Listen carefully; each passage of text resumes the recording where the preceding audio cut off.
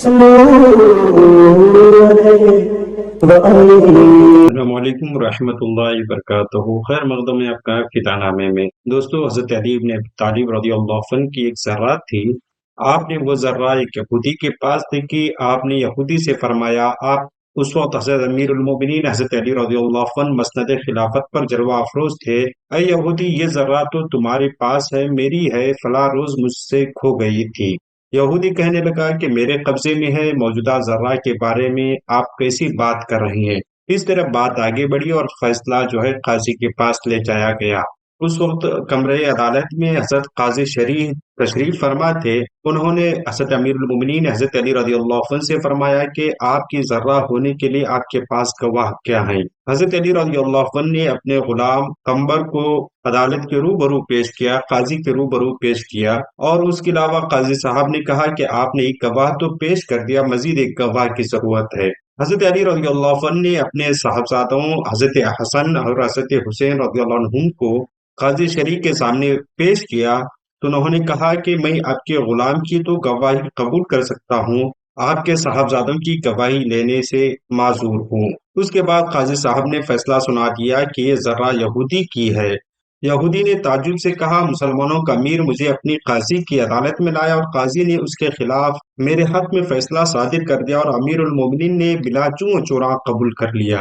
پھر یہودی نے امیر المومنین حضرت علی بن ابی طالب رضی اللہ عنہ کی طرف نگاہ اٹھائی اور کہنے لگا، آپ کا دعویٰ بالکل سچا ہے، یہ ذرہ یقیناً آپ ہی کے ہے۔ فلاں دن یہ آپ سے گر گئی تھی تو میں نے اس کو اٹھا لیا تھا، یہ آپ کی ملکیت ہے، آپ لے لیں۔ اور اس نے کلمہ طیبہ پڑھ کر مسلمان ہو گیا۔ حضرت علی رضی اللہ عنہ نے فرمایا، میری یہ ذرہ اور میرا یہ گھوڑا تمہارا ہے، تم لے لو۔ یہ فیصلہ سنانے والے قاضی حضرت ابو امیہ شریف بن حارث بن قیس بن جیم الکندی رحمہ اللہ علیہ تھے۔ ابتداء اسلام کے مشہور قاضیوں میں سے ہیں۔ آپ یمن کے ہیں، اور حضرت عمر بن خطاب رضی اللہ عنہ، حضرت عثمان بن عفان رضی اللہ عنہ، حضرت علی بن ابی طالب اور حضرت معاویہ بن ابی سفیان رضی اللہ عنہ کے زمانے خلافت میں کوفہ کے قضاء کے عہدے پر فائز تھے۔ قاضی شریح قضاء کے معاملے میں ثقہ، امانت دار اور دور اندیش تھے۔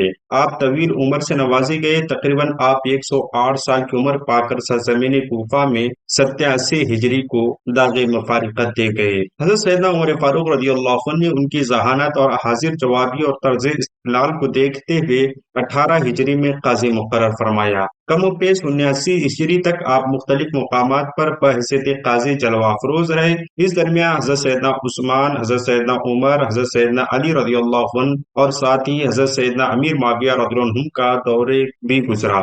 آپ بدستور قاضی بنے رہے، جس میں کوفہ سر فہرست ہے۔ سیدنا علی مرتضیٰ رضی اللہ عنہ کے آپ معتمد قاضی تھے۔ آپ کی شادی مسجد میں قبیلہ تمیم کی بیٹی حضرت زینب سے ہوئی۔ حضرت قاضی شریح رضی اللہ عنہ اکثر باوضو رہتے تھے۔ حضرت امام ابن سیرین رحمہ اللہ علیہ فرماتے ہیں کہ وہ سب نمازیں ایک ہی وضو سے پڑھتے تھے۔ حضرت قاضی شریح رحمہ اللہ علیہ عہد رسالت میں موجود تھے۔ بعض روایتوں کے مطابق وہ پیارے نبی صلی اللہ علیہ وآلہ وسلم کی شرف زیارت سے بھی مشرف ہوئے، لیکن یہ بیان صحیح نہیں ہے۔ اسلام کے شرف سے تو بے شک اسی عہد میں یعنی عہد رسالت میں مشرف ہو گئے تھے، لیکن دولت دیدار سے محروم رہے، اور حافظ ابن حجر کا بھی یہی فیصلہ ہے۔ چنانچہ وہ لکھتے ہیں کہ خلفائے اربعہ کے زمانے کے شریف کے حالات بہت ملتے ہیں، لیکن ایسا کوئی واقعہ نہیں ملتا جس سے وہ رسول صلی اللہ علیہ وآلہ وسلم سے ان کی ملاقات ثابت ہوتی ہو۔ علامہ ابن سعد اور حافظ ابن عبد البر وغیرہ تمام ارباب سیر و طبقات اسی کے قائل ہیں۔ شریح کو تابعین میں شمار کیا جاتا ہے، البتہ تابعین کے زمرے میں وہ نہایت ممتاز شخصیت کے مالک تھے اور تاریخ اسلام کے مشہور قاضی تھے۔ حضرت قاضی شریح رضی اللہ عنہ نے بہت سے اکابر صحابہ کا عہد پایا اور ان سے صحبت اٹھائی۔ پھر وہ فطرتاً نہایت ذہین و تقویٰ تھے، اس لیے علمی اعتبار سے انہوں نے اپنے اقران میں اپنے دور میں نہایت ممتاز حیثیت حاصل کر لی تھی۔ امام نووی رحمہ اللہ علیہ فرماتے ہیں کہ شریح کی توثیق، دینداری، افضل و کمال ذکاوت اور ان کی روایات سے احتجاج پر سب کا اتفاق ہے۔ حضرت قاضی شریح حدیث کے بھی حافظ تھے، لیکن ان کا خاص فن فقہ تھا۔ حافظ ذہبی و ابن حجر وغیرہ ان کا خصوصی فن فقہ کا ہی شمار کرتے ہیں، اور ان کے نام کے ساتھ فقیہ کا ہی لقب لکھا جاتا ہے۔ وہ مرکز فقہ کو کوفہ کی جماعت افتاء کا ایک رکن مانتے ہیں۔ حدیث و فقہ کے علاوہ عرب کی مروجہ فنون قیافہ اور شاعری میں بھی آپ دستگاہ رکھتے تھے۔ شاعری میں اتنا کمال حاصل تھا کہ ایک مرتبہ انہوں نے نظم میں فیصلہ فرما دیا تھا، یہ قاضی کے لیے جن استطاعت، اوصاف وغیرہ کی ضرورت ہوتی ہے وہ تمام حضرت شریف کی ذات میں بدرجہ عطا موجود تھی۔ فضل و کمال، حال احوال وغیرہ آپ سماعت کر چکے ہیں۔ طبعاً وہ نہایت ذکی، ذہین، طبع، فریس اور فہیم تھے۔ پیچیدہ سے پیچیدہ، ظاہر قریب سے قریب معاملات کی تہ تک پہنچ جاتے تھے۔ اس کی مثالیں آپ کتب فقہ و سیر وغیرہ میں دیکھ سکتے ہیں۔ ان اوصاف نے ان میں قدر و قضا کی نہایت اعلیٰ استطاعت پیدا کر دی تھی۔